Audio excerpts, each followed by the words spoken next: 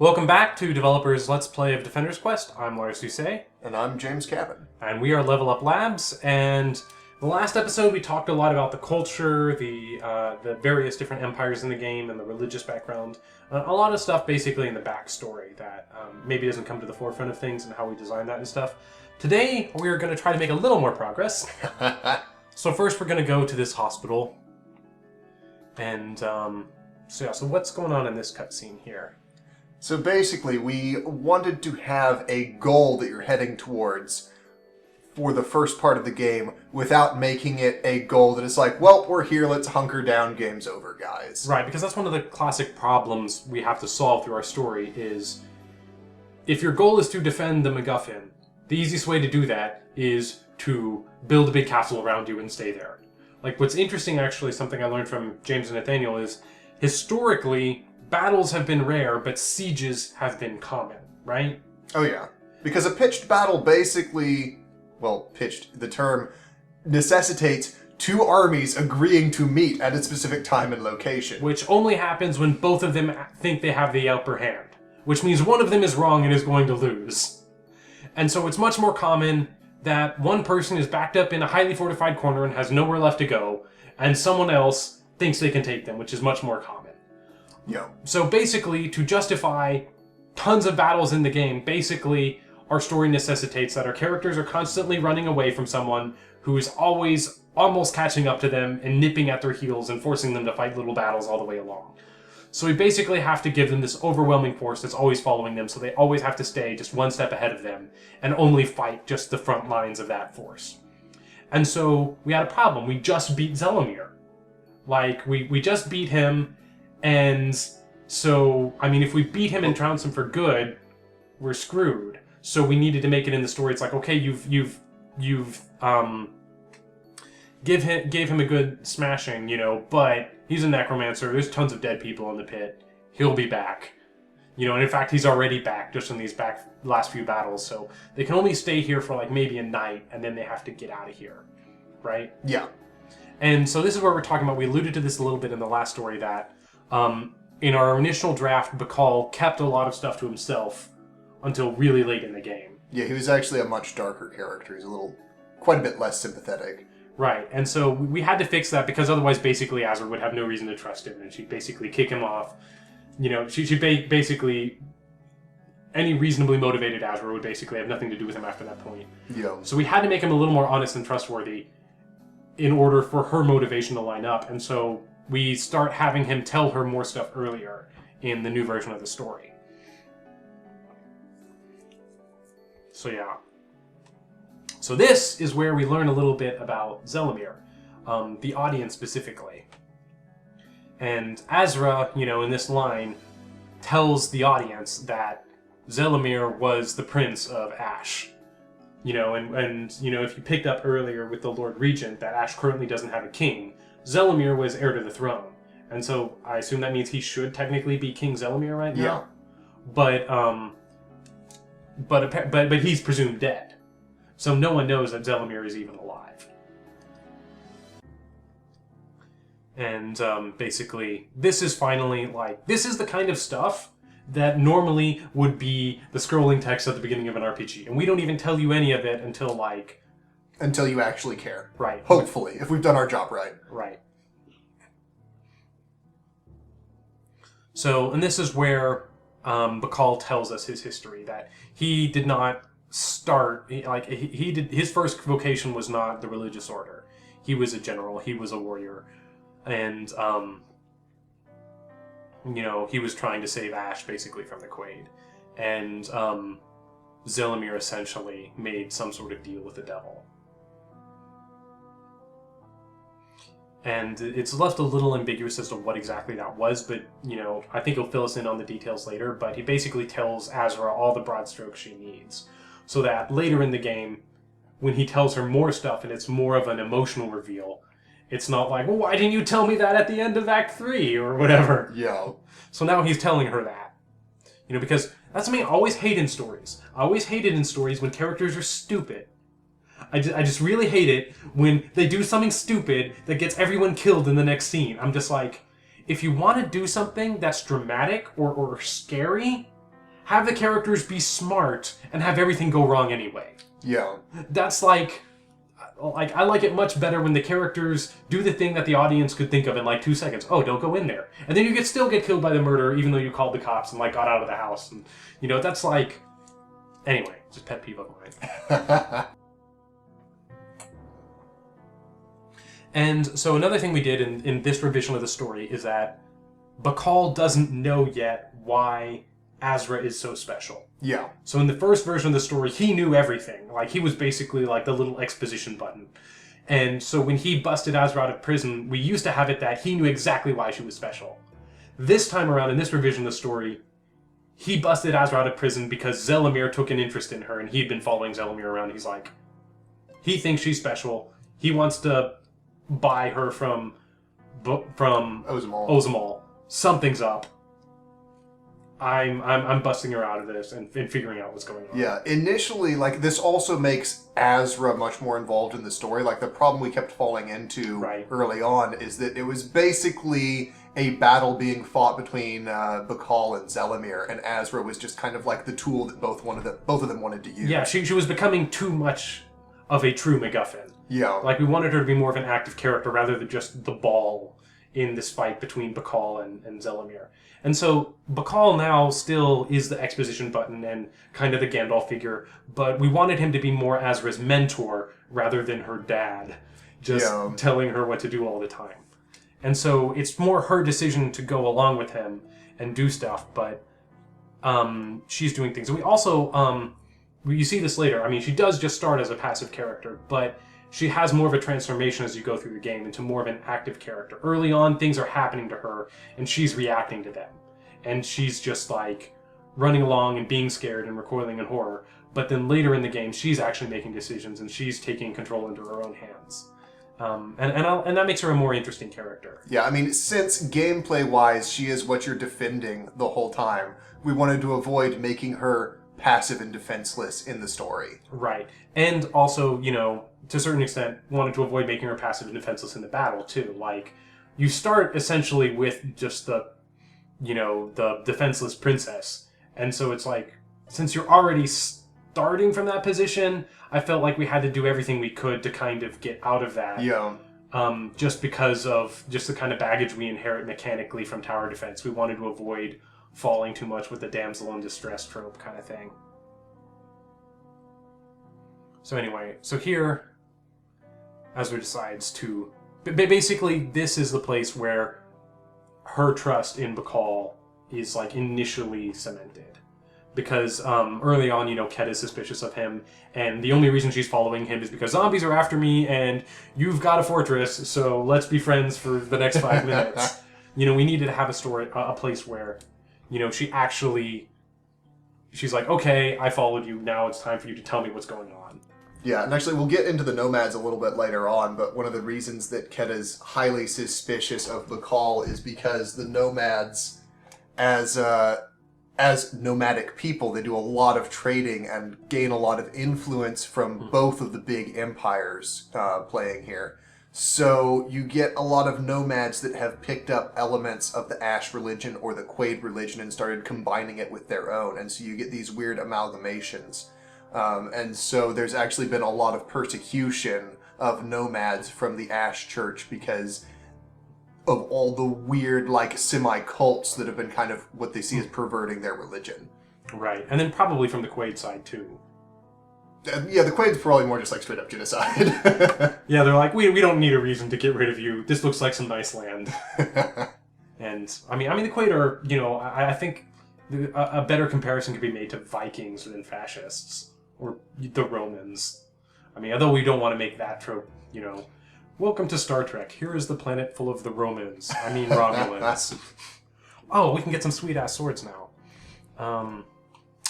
So do we want to invest in... Well, Ket has got the best bow because she is buffed up with that unique one.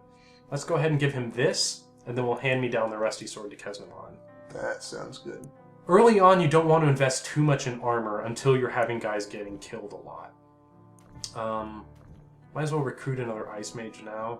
She looks cool. Yeah, she looks a lot like Rena, though. I mean, this is a nice Quaid Ice Mage. Give her black hair. Yeah, let's give her black hair, and then...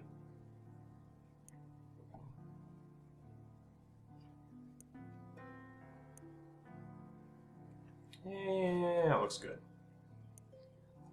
Black and red, black and blue, black and purple. That looks cool. And then, let's leave. Cool. And so you can see the little thing in the background. Like I wanted the backgrounds to kind of like work with the overworld. You feel like they are connected, and it's not just like a little slideshow of random snapshots. Right. Which is what it was in the original version. Like the original version, like, oh my gosh, in the alpha version, like the backgrounds were so terrible because I was literally just getting like I didn't have time to draw our own backgrounds, and we didn't have like we had a passable artist for anything we needed to do. Like I could do pixel art, like James did the characters and stuff like that. And then for the backgrounds, I was like, I don't have time to do a million backgrounds, so I just got images off of Flickr, and then like did a couple Photoshop filters to them, and it like kind of worked. Oh, it was so bad. Yeah. I'm so glad we got Karen to do actual good. At some point, when we're done with this, we should do like one episode that's just us playing through like the earliest build of the game, like pre-gold, pre any new artists. We could even do like pre this art style. Just show people like, oh, they're really horrible, like black outline flash art. Oh yeah. Oh, it was. My eyes might actually start bleeding. Yeah, when Azra looked like an 8-year-old version of Kim Possible. Yo. Yeah, that was my bad. Okay, anyway. So our next plot point, basically, we need to constantly have something that drives the plot forward. So what's happening here is that basically they're like, Bacall and Azra and the audience are united in not knowing what Zelimir knows that we don't. And so they're like, we need to keep running, first of all, so we need to keep moving continuously towards the southeast of the map, because there's someone to the northwest of us that keeps following us. But second, while we're doing this, we might as well try and get to this underground city where we can find this answer, because we can find out what's going on, maybe we can stop it. Because he got his powers from somewhere, if we can figure out how they are, how they work, you know, I mean, we're beating his monsters, like, you know, we can maybe stop him. And that's something in this story is that I wanted to make it plausible that the plucky adventurers could actually have a shot at beating the villains. Like, one plucky adventurer from some town with a sword and some friends, and they're all 13 years old, are not going to overthrow the Carthaginian Empire or the Romans or anything that's the equivalent of some giant spanning thing like that. But the first person in all of human history to be able to defeat the Invincible Revenant, you know, probably has a decent chance, if she recruits a couple dozen people, of beating the big bad necromancer, you know, who's one guy in his army of, you know, the undead. You know, that's it's not likely, but it's plausible, and that's enough credibility for a video game. So, that's kind of what we're going to. So, and then we kind of lampshade, you know, the audience's question of, you know, well, if Zelimir got his powers there, won't he know what's going on? Isn't this kind of stupid? And it's like, yeah, probably, but we don't have a choice, and, you know, it's the next, like, we're toast if we stay where we are. Like, they'll overwhelm us eventually. Yeah, the idea here with that city, which you can see on the overmap there, is that originally, right, it spanned the entire pit, so it was actually a bridge built across both ends there. Right, and that's what these little rocks are here for. This is the remnants of a bridge that used to connect this side, which is what, the Quaid side? Yeah. And then this side, which is the Ash side. So there used to be a bridge here, and this city used to be in the middle of it, called Jewel of the Desert. And so I guess it was kind of like Timbuktu. It was this crossroads between ancient trading routes. So even though it was in the middle of the desert, it was super, like, it had enough trade to sustain it. And there's this little, like, token river here to provide some source of water. And I tried to create some geography to the pit to indicate that it could sustain life. Like, most of it's desert, but there is a source of water, and there's, like, semi-fertile land around that. So that, there could be some justification for people being able to eke out some sort of living, because it's just a desert, they'll all die. And then I had to make sure that the water then goes underground so that you can't just like ride out in the river. Yeah. But yeah, and this was fun coding this. So yeah, so here you just have the ruins of the city, but it was pretty fun coding this so that when you step on certain pearls, it like shows or hides other things. I really wanted to make like a semi-interactive overworld, so you got the sense that you were changing things. So like when you bust up this, you bust up the Colosseum, and then this town gets burned down. You know, I liked that aspect of it. And then you can kind of like get hints of what you might find in this little underground cavern here. So without further ado, let's start this level. And then here you see, you know, the fortress here, and then, you know, they've dug up this secret entrance. And then, you know, we have to justify why don't they just like run in. It's like, nope, we need to eke one more battle out of this. Right. Basically, I mean, if we don't beat them up and then seal the entrance behind us, I mean, we're going to be screwed. So, you know, I try to like represent that here. Here is the entrance to the fortress. Here is the desert. And this is kind of like your first total swirly crazy level. I believe it would be best